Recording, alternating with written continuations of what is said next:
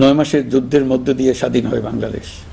মহান স্বাধীনতা দিবসের প্রাক্কালে আমি গভীর শ্রদ্ধার সঙ্গে স্মরণ করছি মহান মুক্তিযুদ্ধের বীর শহীদদের, যাদের প্রাণের বিনিময়ে আমরা স্বাধীন সার্বভৌম বাংলাদেশ পেয়েছি। 9 মাসের রক্তক্ষয়ী যুদ্ধে লক্ষ লক্ষ শহীদ ও 2 লাখ নির্যাতিত নারীর আত্মত্যাগ পৃথিবীর মানচিত্রে বাংলাদেশ নামে একটি স্বাধীন ভূখণ্ডের জন্ম দিয়েছিল। মুক্তিযুদ্ধের এই বীরদের প্রতি আমার সালাম। সেই সঙ্গে 24 জুলাই অভ্যুত্থানে নিহত হাজারো শহীদ ও আহত, যারা বৈষম্য, শোষণ, নির্যাতন এবং নিপীড়নের বিরুদ্ধে বুক চিতিয়ে দাঁড়িয়েছিল, তাদের প্রতি সমগ্র জাতির পক্ষ থেকে আমি সশ্রদ্ধ সালাম জানাচ্ছি। জুলাই গণ অভ্যুত্থান আমাদেরকে যে বৈষম্যহীন বাংলাদেশ গড়ার স্বপ্ন পূরণের সুযোগ এনে দিয়েছে, সেই সুযোগ আমরা কাজে লাগাতে চাই। প্রিয় দেশবাসী, পবিত্র মাহে রমজানের সিয়াম সাধনা উপলক্ষে আপনাদের সকলকে আমার আন্তরিক মোবারকবাদ জানাচ্ছি। সেই সঙ্গে সকলকে জানাই পবিত্র ঈদ উল ফিতরের অগ্রিম শুভেচ্ছা। ঈদ মুবারক। এবারের ঈদ স্মরণীয়ভাবে আনন্দদায়ক হোক, এই কামনা করছি।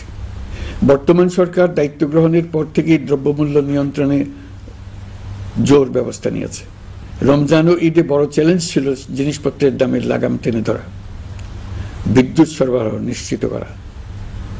এই রমজানে যাতে কোনো পণ্যের দাম বেড়ে না যায় এবং বিদ্যুৎ সরবরাহ যেন বিঘ্নিত না হয়, সেজন্য আমরা সর্বোচ্চ চেষ্টা করেছি। রমজান মাস জুড়ে সরবরাহ চেনের প্রতিবন্ধকতা কঠোরভাবে প্রতিহত করতে সব ধরনের ব্যবস্থা আমরা নিয়েছি। দেশের সকল জায়গা থেকে খবর এসছে যে এই রমজানের দ্রব্যমূল্য আগের তুলনায় কমেছে, জনগণ স্বস্তি পেয়েছে। দাম নিয়ন্ত্রণে এই প্রচেষ্টা চলমান থাকবে।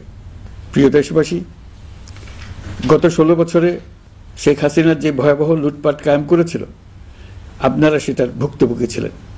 ছাত্র জনতার অভ্যুত্থানের মুখে তারা পালিয়ে যাবার সময় এক লণ্ডভণ্ড অর্থনীতি ঢেকে গেছে। এই পরিস্থিতিতে দায়িত্ব নেবার পর অর্থনীতি পুনরুদ্ধারের জন্য অন্তর্বর্তী সরকার নানা উদ্যোগ নিয়েছে। ব্যাংকিং খাতে শৃঙ্খলা ফিরেছে।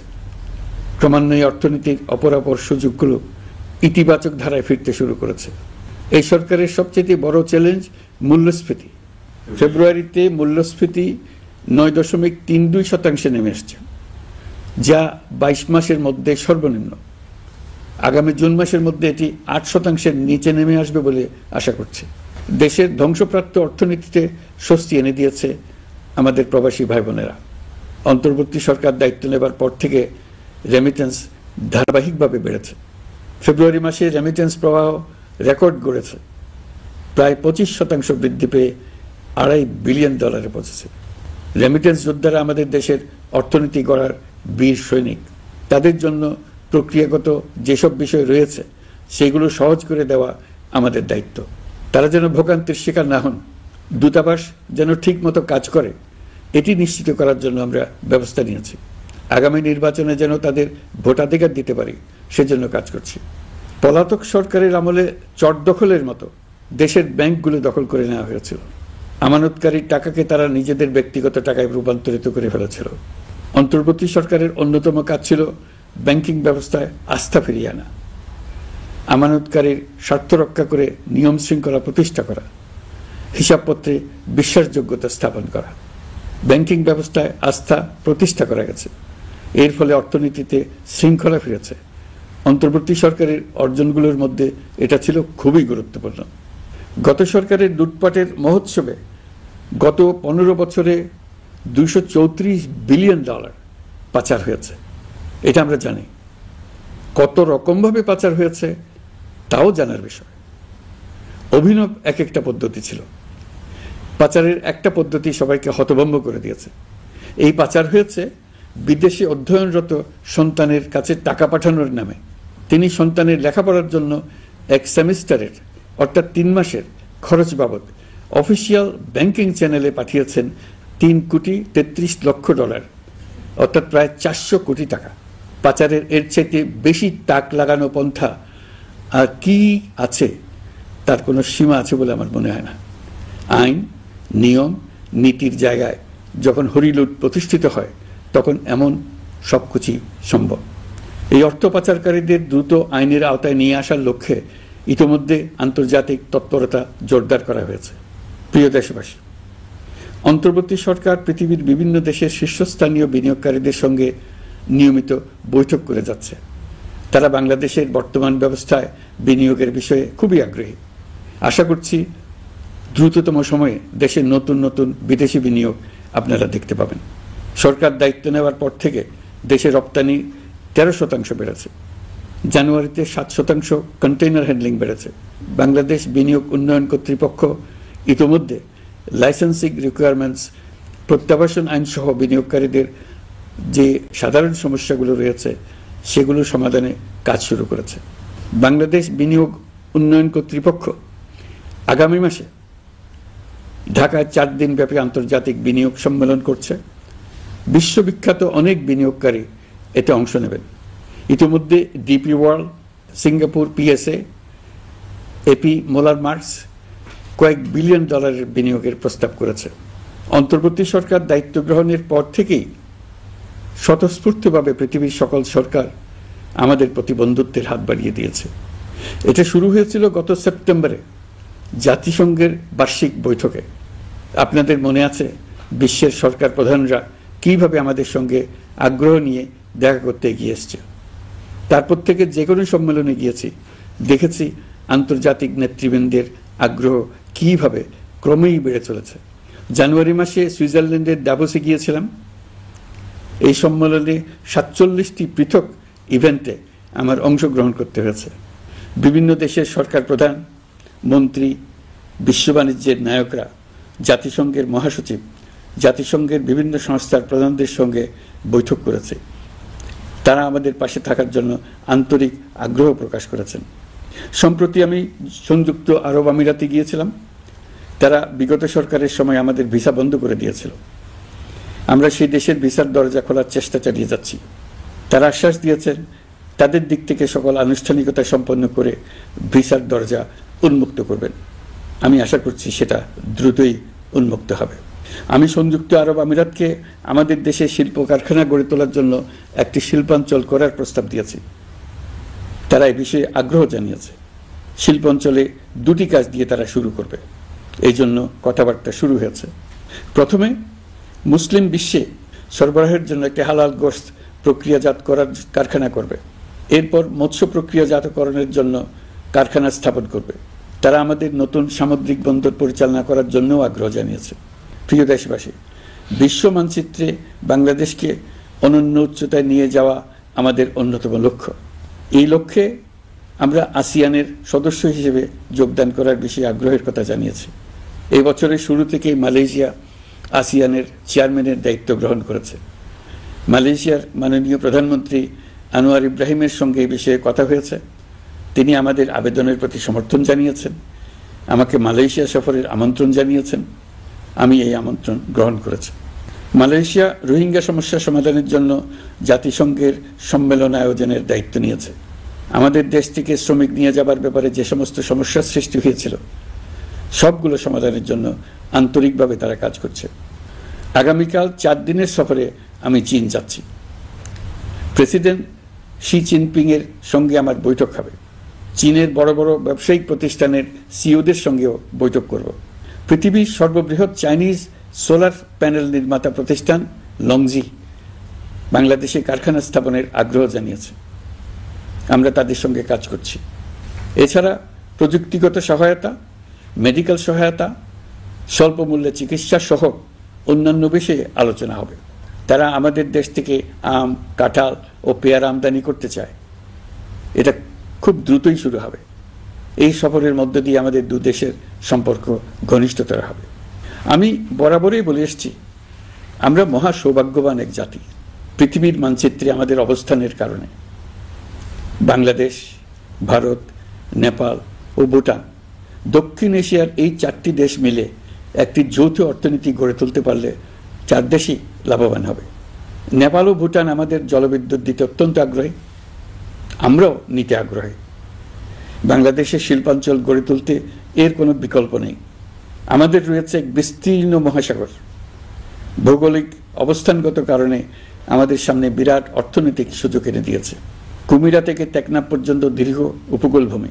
এই দীর্ঘ উপকূল জুড়ে বিরামহীনভাবে অনেকগুলি আধুনিক প্রযুক্তি সমৃদ্ধ আন্তর্জাতিক মানের সমুদ্র বন্দর, শিল্প কারখানা, রপ্তানি প্রক্রিয়াজাতকরণ এলাকা স্থাপন করা গেলে পুরো অর্থনৈতিক অঞ্চলের ভবিষ্যৎ দ্রুত পরিবর্তন সম্ভব। নেপাল থেকে জলবিদ্যুৎ আনতে পারলে জীবাশ্ম জ্বালানির উপর আমাদের নির্ভরশীলতা কমবে। বর্তমানে বিশ্ববাসী পরিবেশ রক্ষায় সচেতন, তারা এটাকেই সর্বোচ্চ অগ্রাধিকার দিচ্ছে। জীবাশ্ম জ্বালানির উপর নির্ভরশীলতা কমিয়ে পরিবেশ বান্ধব বিকল্প পাওয়া গেলে বিদেশি বিনিয়োগকারীদের আরও বেশি মনোযোগ আকর্ষণ করা যাবে। দেশের ক্রমবর্ধমান বিদ্যুৎ চাহিদার পরিপ্রেক্ষিতে রূপপুর পারমাণবিক বিদ্যুৎ কেন্দ্রের কাজ যথাসময়ে শেষ করার বেশি আমরা জোর দিয়েছি। রোসাটমের মহাপরিচালক আমাকে বলেছেন শিগগিরই বিদ্যুৎ কেন্দ্রটি পরীক্ষামূলকভাবে চালু করা হবে।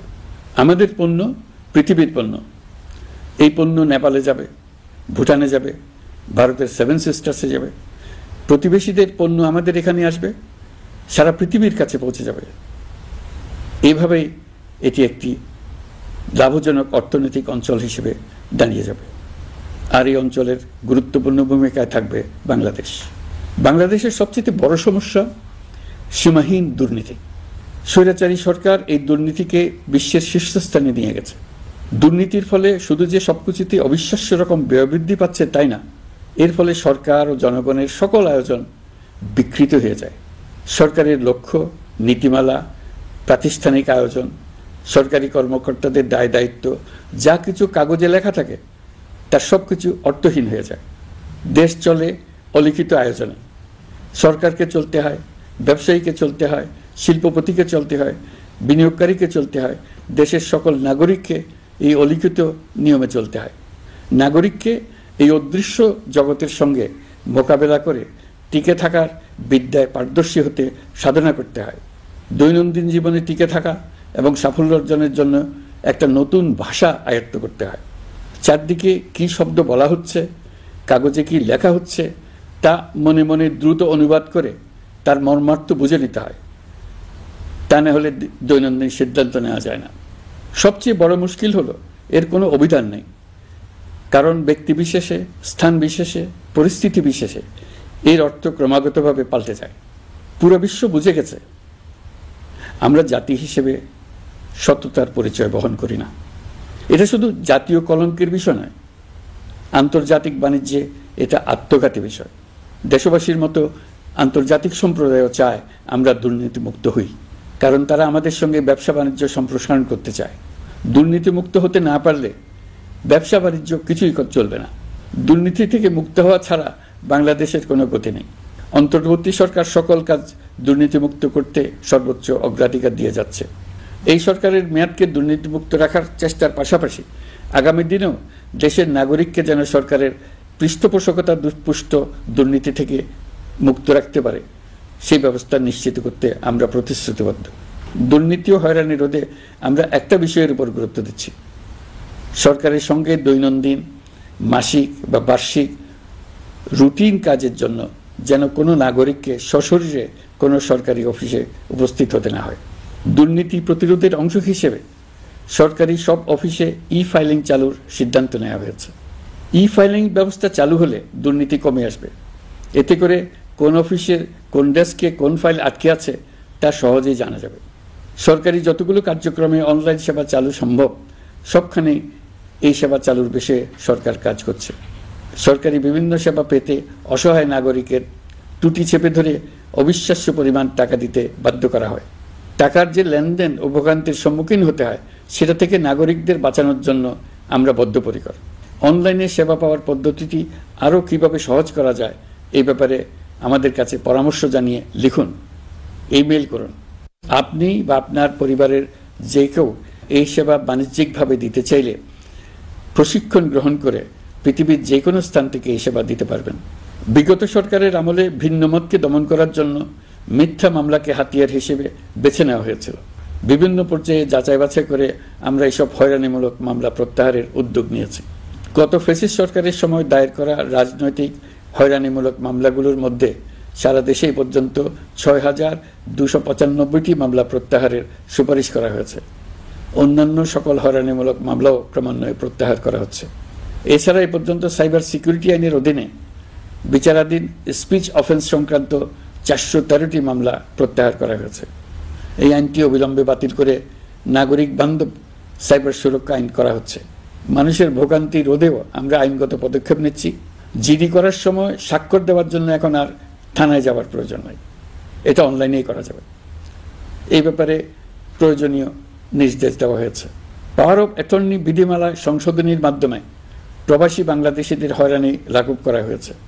সংশোধিত বিধিমালার আলোকে বাংলাদেশি পাসপোর্ট না থাকলেও বাংলাদেশি বংশোদ্ভূত ব্যক্তির পাসপোর্টে নো ভিসা রিকোয়ার্ড স্টিকার থাকলে কিংবা জন্ম সনদ বা জাতীয় পরিচয়পত্র থাকলেই তিনি বিদেশ থেকে পাওয়ার অফ অ্যাটর্নি সম্পাদন করতে পারবেন। সরকারি সিদ্ধান্ত ও প্রয়োজনীয় ব্যবস্থা নেওয়ার পর বিমানের টিকিট কেনার পুরো প্রক্রিয়াটি অনলাইনে নিয়ে যাওয়ার ফলে বিমানের টিকিটের দাম শতকরা 50 থেকে 75% কমে গেছে। বিশেষ করে মধ্যপ্রাচ্যের প্রবাসী ভাই বোনেরা এতে করে স্বস্তি পাচ্ছেন। অন্যান্য এয়ারলাইনের টিকিটের দামও কমে গেছে। নাগরিকদের হয়রানিমুক্ত ও দুর্নীতিমুক্ত সেবা প্রদানের জন্য সরকার ভূমি সেবা ডিজিটালাইজ করার উদ্যোগ নিয়েছে। এর অংশ হিসেবে ভূমি মন্ত্রণালয় অনলাইনে ঘরে বসেই জমির খাজনা প্রদান, নামজারি, জমা খারিজ, খতিয়ান বা পর্চা সার্টিফাইড কপি, মৌজা ম্যাপ বা নকশা প্রদানের কার্যক্রম শুরু করেছে। এই পদ্ধতিতে ভোগান্তি, অস্বচ্ছতা ও দুর্নীতির অবসান হবে। বর্তমানে সারা দেশে পরীক্ষামূলকভাবে এই কার্যক্রম চালু হয়েছে। এগুলোকে ক্রমান্বয়ে আরও জনবান্ধব করে স্থায়ী রূপ দেওয়া হবে। এর লক্ষ্য হবে ক্রমাগতভাবে এই সকল দায়িত্ব সরকারের হাত থেকে নিয়ে সেবাদানকারী ব্যক্তি বা প্রতিষ্ঠানের কাছে ছেড়ে দেওয়া। গ্রামের স্কুল কলেজ পাশ করা ছেলেমেয়েরা, গৃহিণীরা ঘরে বসে সারা দেশে এই সেবা দান করবে এবং অনেকে তাদের কৃতিত্বের জন্য প্রসিদ্ধ হয়ে পড়বে। তারা সারা দেশের গ্রাহকদের সেবা নিজের গ্রাম থেকেই প্রদান করবে। রাজস্ব সংস্কার কমিশনের সুপারিশ অনুসারে জাতীয় রাজস্ব বোর্ড বিলুপ্ত করার সিদ্ধান্ত নেওয়া হয়েছে। এর জায়গায় দুটি পৃথক বিভাগ করা হচ্ছে। একটি হলো নীতি প্রণয়ন বিভাগ বা জাতীয় রাজস্ব নীতি বোর্ড, অন্যটি বাস্তবায়ন বিভাগ বা জাতীয় রাজস্ব সংগ্রহ বিভাগ। এর ফলে সরকারের পছন্দের ব্যক্তিরা হাজার হাজার কোটি টাকার রাজস্ব ফাঁকি দেওয়ার আর সুযোগ পাবে না। আমি আশা করি পরবর্তীতে যারা সরকারে আসবেন তারাও এই নীতি বহাল রাখবেন। এখনকার যুগ হলো প্রযুক্তির যুগ, সৃজনশীলতার যুগ। আমাদের দেশে 17 কোটি নারী পুরুষ, তার মধ্যে তরুণরা হলো বিপুলভাবে সংখ্যাগরিষ্ঠ। বাংলাদেশ মানব সম্পদের দিক থেকে 8ম বৃহত্তম দেশ। একযোগে এই তরুণরা সৃজনশীলতা প্রকাশের সুযোগ পেলে বন্যার স্রোতের মতো আমাদের দেশ দ্রুত বেগে পৃথিবীর বাজারের মধ্যস্থানে চলে যাবে। এই বিপুল তরুণ গোষ্ঠীর সামনে থেকে পথের বাধা সরিয়ে দেওয়াই হলো আমাদের সরকারের প্রধান লক্ষ্য। প্রযুক্তি আমাদের জন্য সুযোগ সৃষ্টি করেছে, আমরা দ্রুত বেগে এই সুযোগ গ্রহণ করার কাজে নিজেদের নিয়োজিত করেছি। এমনভাবে আমরা প্রযুক্তি ব্যবহার করার কাজে নিয়োজিত হয়েছি যাতে নাগরিকের আঙ্গুলের ইশারায় সরকার তার সেবা নাগরিকের কাছে তাৎক্ষণিকভাবে হাজির করে। তা নিশ্চিত করার জন্য আমরা সেই সেবা দিতে চাই প্রযুক্তির মাধ্যমে, সরকারি অফিসের মাধ্যমে নয়। ইতিমধ্যে পাসপোর্ট পেতে পুলিশ ভেরিফিকেশনের নিয়ম আমরা বাতিল করে দিয়েছি। এর ফলে বর্তমানে নাগরিকরা আগের চাইতে সহজভাবে পাসপোর্ট সেবা পাচ্ছেন। পুলিশ রিপোর্ট প্রাপ্তির নিয়ম বাতিল করার পর এই পর্যন্ত 70,000 নতুন পাসপোর্ট, যা বহুকাল ধরে পুলিশ রিপোর্ট আসার অপেক্ষায় আটকে ছিল, তা দ্রুত আবেদনকারীদের হাতে পৌঁছে দেওয়া হয়েছে। পাসপোর্ট প্রাপ্তি সহজ করার জন্য আমরা পুরনো পদ্ধতি বাতিল করে ইলেকট্রনিক পাসপোর্ট প্রচলন শুরু করেছি। এর ফলে দ্রুত পাসপোর্ট দেওয়া সম্ভব হচ্ছে। দেশের অভ্যন্তরে ই পাসপোর্ট হোম ডেলিভারি দেওয়া সম্ভব হচ্ছে। আগামীতে সকলেই ঘরে বসে পাসপোর্ট পাবেন, এটা নিশ্চিত করার চেষ্টা করছে। পাসপোর্ট দেওয়ার দায়িত্বে নিয়োজিত কর্মকর্তারা অত্যন্ত উৎসাহ সহকারে দ্রুত এসব পরিবর্তন আনার ব্যাপারে এগিয়ে আসছেন দেখে মনটা আনন্দে ভরে যায়। প্রিয় দেশবাসী, হজ মুসলমানদের জন্য সবচেয়ে গভীর আধ্যাত্মিক সফরগুলোর মধ্যে প্রধান। সারা জীবন তারা হজ পালনের জন্য অপেক্ষা করেন। পবিত্র হজ পালনে বাংলাদেশের হাজিরা প্রায় বিভিন্ন চ্যালেঞ্জের সম্মুখীন হন। ভাষাগত বাধা, স্বাস্থ্য ঝুঁকি, অতিরিক্ত ভিড়, প্রশাসনিক জটিলতা এবং লজিস্টিক সমস্যা সহ নানা অসুবিধা। হজের অভিজ্ঞতাকে মসৃণ ও নিরাপদ করতে অন্তর্বর্তীকালীন সরকার একটি মোবাইল অ্যাপ তৈরি করেছে, যা সম্মানিত হাজিদের যাত্রার আগে যাত্রা চলাকালীন সময়ে এবং ফিরে আসার পরেও প্রয়োজনীয় সহায়তা প্রদান করবে। এই অ্যাপটি বাংলা ভাষায় রিয়েল টাইম নির্দেশনা ও সহায়তা প্রদান করবে। সরকার সমর্থিত বিশেষ ডেবিট কার্ডের মাধ্যমে বিদেশের স্থানীয় মুদ্রায় আর্থিক লেনদেন নিশ্চিত করবে। লাগেজ যাতে হারিয়ে না যায় তার জন্য লাগেজ ট্র্যাকিং এর ব্যবস্থা থাকবে। মোবাইল ফোনের মাধ্যমে হজযাত্রীরা প্রত্যেক দিন ওই দিনের করণীয় ও যাতায়াতের বিস্তারিত বিবরণ জানতে পারবেন। যেদিন যে দোয়া পড়তে হবে সেটা স্মরণ করিয়ে দেবে। যেসব পবিত্র স্থানে যাবেন সেসবের ছবি সহ ইতিহাস বর্ণনা করবে।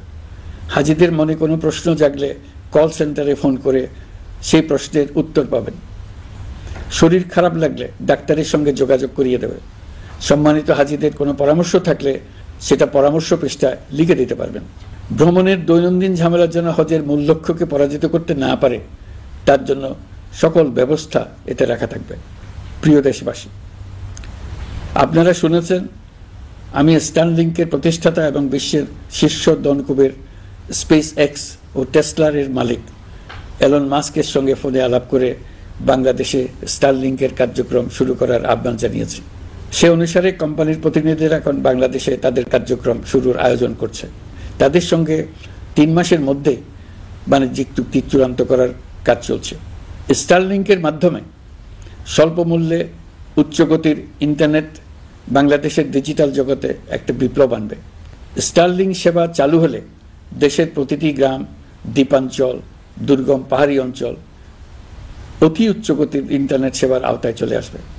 স্টারলিংক চালু হলে ভবিষ্যতে কোনো সরকার ইন্টারনেট সেবা বন্ধ করে মানুষকে আর তথ্যবন্দী করার কোনো সুযোগ পাবে না।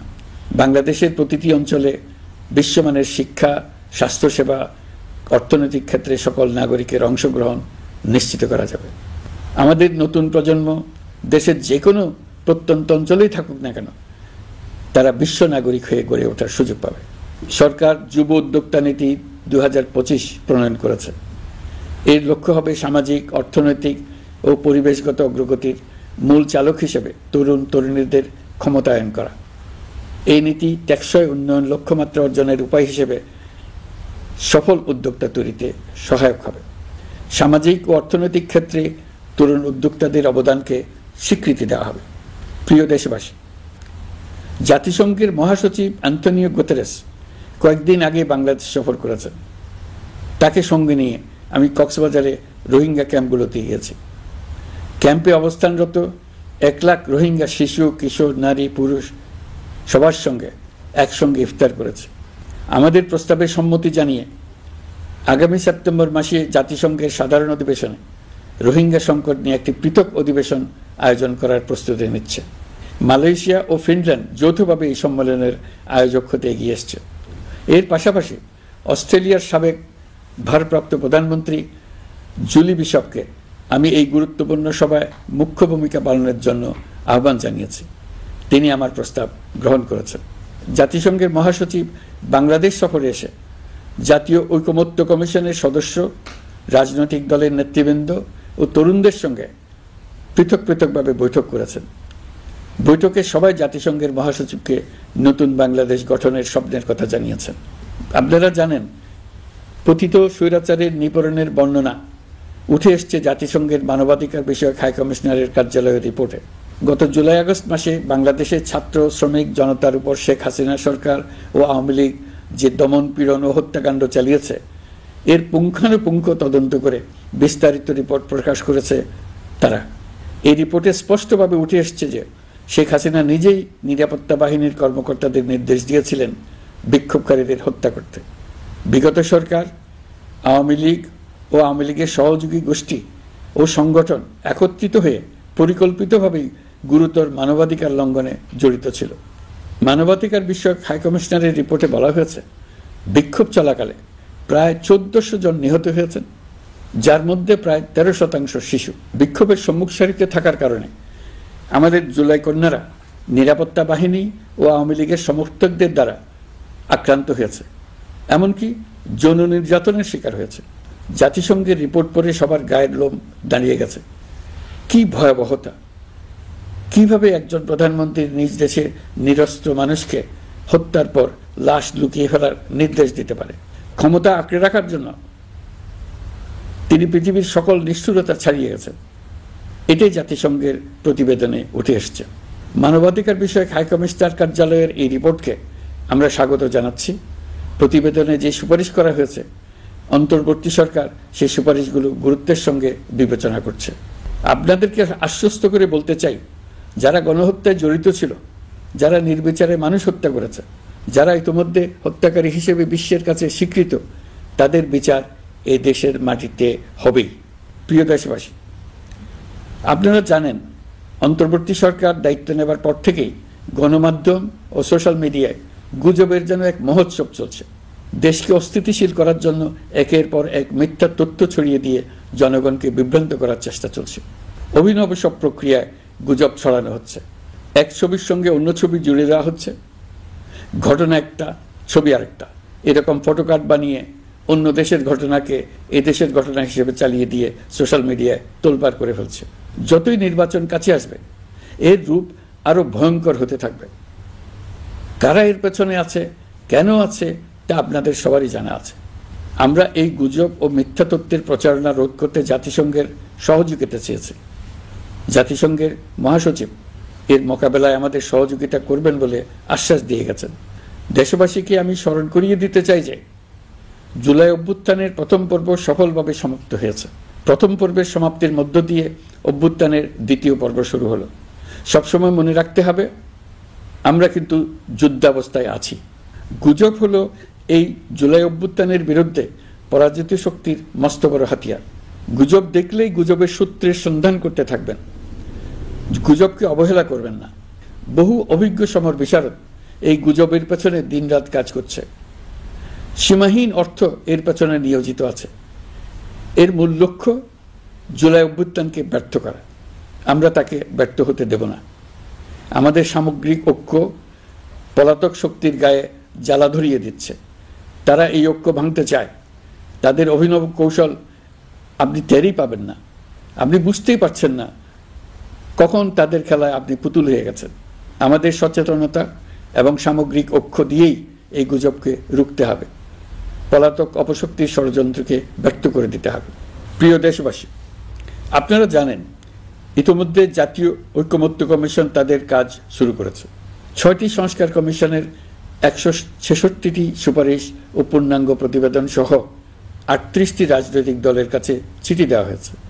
ইতিমধ্যে রাজনৈতিক দলগুলোর সঙ্গে বৈঠক শুরু হয়েছে। দেশের রাজনৈতিক দলগুলো খুবই ইতিবাচকভাবে সংস্কার কাজে সাড়া দিয়েছেন, তাদের মতামত তুলে ধরছেন।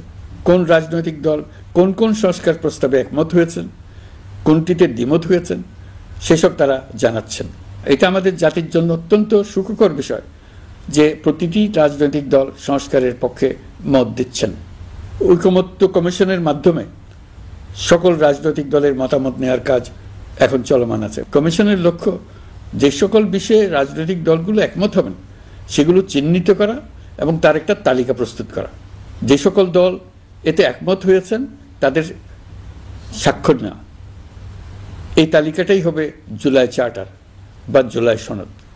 আমাদের দায়িত্ব জাতির সামনে পুরো প্রক্রিয়াটা স্বচ্ছভাবে তুলে ধরা এবং প্রক্রিয়া শেষে নির্বাচনের আয়োজন করা। নির্বাচনের ব্যাপারে আমি আগেও বলেছি, আবারও বলছি, এবছর ডিসেম্বর থেকে আগামী বছরের জুনের মধ্যে নির্বাচন হবে। আমরা চাই আগামী নির্বাচনটি বাংলাদেশের ইতিহাসে সবচেয়ে অবাধ, সুষ্ঠু ও গ্রহণযোগ্য নির্বাচন হবে। এই জন্য নির্বাচন কমিশন সব ধরনের প্রস্তুতি নিতে শুরু করেছে। রাজনৈতিক দলগুলো ব্যাপক উৎসাহ উদ্দীপনায় নির্বাচনের জন্য তৈরি হতে শুরু করবে বলে আশা করছি। প্রিয় নাগরিকবৃন্দ, আমাদের দেশের নারীরা দীর্ঘ আন্দোলনের মাধ্যমে বহু বছর ধরে অনেক বাধা পেরিয়ে একটু একটু করে সামনে এগিয়ে যাচ্ছে।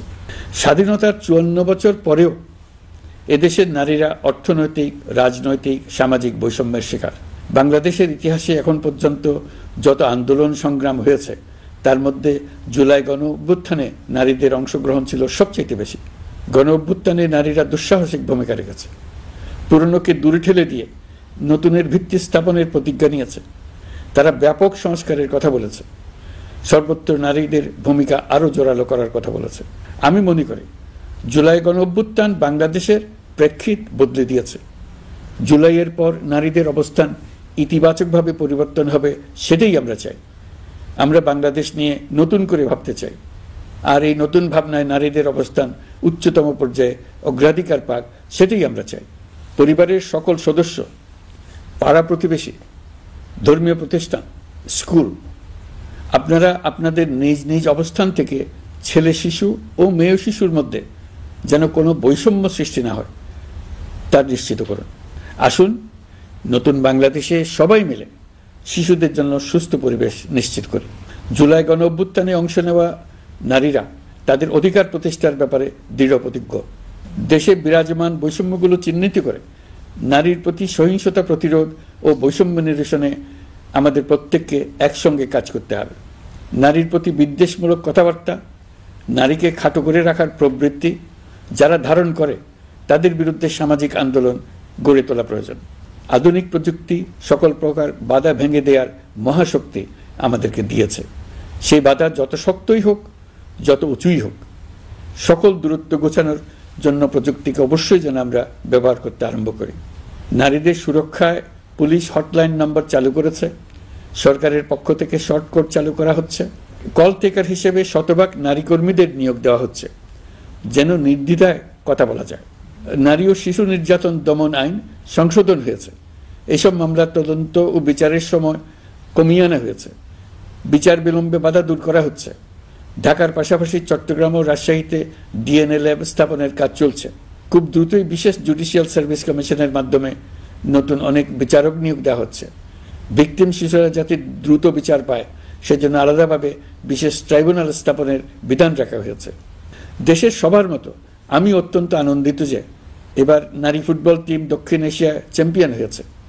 দেশ জুড়ে আয়োজিত তারুণ্যের উৎসব 2025-এ বিভিন্ন অঞ্চল থেকে 27,40,000 মেয়েরা প্রায় 3,000 খেলা ও সাংস্কৃতিক কর্মকাণ্ডে অংশগ্রহণ করেছে। উৎসবে দেশের সুবিধাবঞ্চিত ও সুবিধাপ্রাপ্ত অঞ্চল, প্রান্তিক জনগোষ্ঠী এবং 21টি নৃগোষ্ঠীর তরুণ তরুণী সহ সকলের সার্বজনীন অংশগ্রহণ ছিল। এই উৎসবের অন্যতম লক্ষ্য ছিল তরুণদের মধ্যে ঐক্য গড়ে তোলা, সহযোগিতার নীতি প্রচার এবং তাদেরকে উদ্যোক্তা হিসেবে গড়ে তোলা, যাতে করে তারা আত্মনির্ভর হতে পারে, দেশের সম্পদ হিসেবে গড়ে উঠতে পারে। আমরা তারুণ্যের এই উৎসব সারা বছর জুড়ে উদযাপন করার ঘোষণা দিয়েছি। এই উৎসবে আমরা গ্রাম, উপজেলা, শহর, বন্দর সকল এলাকা, আবাল বৃদ্ধ বনিতাকে এবং স্কুল, কলেজ, মাদ্রাসার সরকারি বেসরকারি সকল প্রতিষ্ঠানের সবাইকে নানা প্রকারের সৃজনশীল কর্মসূচি নিয়ে এগিয়ে আসার জন্য আমি অনুরোধ জানাচ্ছি। প্রতিটি এলাকায় এই উৎসবে যোগদান করতে মেয়েদের যেন বিশেষভাবে উৎসাহিত করা যায় সেজন্য সকলকে আহ্বান জানাচ্ছি। কোথায় এটা কিভাবে উদযাপিত হচ্ছে সেই ব্যাপারে জানার জন্য আমি আগ্রহ নিয়ে অপেক্ষা করলাম। বিভিন্ন পর্যায়ে দেশের সেরা গ্রাম, সেরা উপজেলা, সেরা শহর, সেরা প্রতিষ্ঠান, সেরা ব্যক্তিকে পুরস্কার দেওয়ার জন্য আমরা প্রস্তুত থাকব। নারী অধিকারের পাশাপাশি একই রকম গুরুত্বের সঙ্গে মনে রাখতে হবে সংখ্যালঘুদের নাগরিক অধিকার, সমতল ও পাহাড়ের জাতিগোষ্ঠীর নাগরিক অধিকার। কারো কোনো নাগরিক অধিকারকে অবহেলা করলেই এই জাতির জন্য মহা সংকট সৃষ্টি হবে। নাগরিক হিসেবে আমরা কেউ যেন অন্য নাগরিকের অধিকার হরণের দায়ে অভিযুক্ত হতে না পারি সেই ব্যাপারে আমাদের নিশ্চিত থাকতে হবে। তাহলেই সত্যিকার নতুন বাংলাদেশ জন্ম লাভ করবে। সবাইকে আবারও আমার সালাম জানিয়ে আমার বক্তব্য শেষ করছি। আসসালামু আলাইকুম। সবাইকে স্বাধীনতা দিবসের অভিনন্দন জানাচ্ছি। পবিত্র মাহে রমজানে মহান আল্লাহর অশেষ মেহেরবানি আমাদের উপরে বর্ষিত হোক। এবারের শবে কদরের পবিত্র রজনীতে মহান আল্লাহ যেন তাঁর সকল বান্দার মোনাজাত কবুল করেন তা প্রার্থনা করছি। একই সঙ্গে পবিত্র ঈদে সকলকে জানাই ঈদ মোবারক। ঈদে পরিবার পরিজন নিয়ে নির্বিঘ্নে ও আনন্দ সহকারে নিজ নিজ বাড়ি যাবেন, আত্মীয় স্বজনের কবর জিয়ারত করবেন, গরিব পরিবারের খোঁজ খবর নেবেন, তাদের ভবিষ্যৎ ভালো করার জন্য চিন্তা ভাবনা করবেন, আপনার সন্তানদের সঙ্গে তাদের পরিচয় করিয়ে দেবেন, এই কামনা করছি। ঈদের জামাতে দলমত নির্বিশেষে সবাই যেন পরাজিত শক্তির সকল প্ররোচনা সত্ত্বেও সুদৃঢ়ভাবে ঐক্যবদ্ধ থাকেন সেজন্য আল্লাহর কাছে মোনাজাত করবেন, এই আহ্বান জানাচ্ছি। সকলের জীবন সার্থক হোক, আনন্দময় হোক। মহান আল্লাহ আমাদের সহায় হন।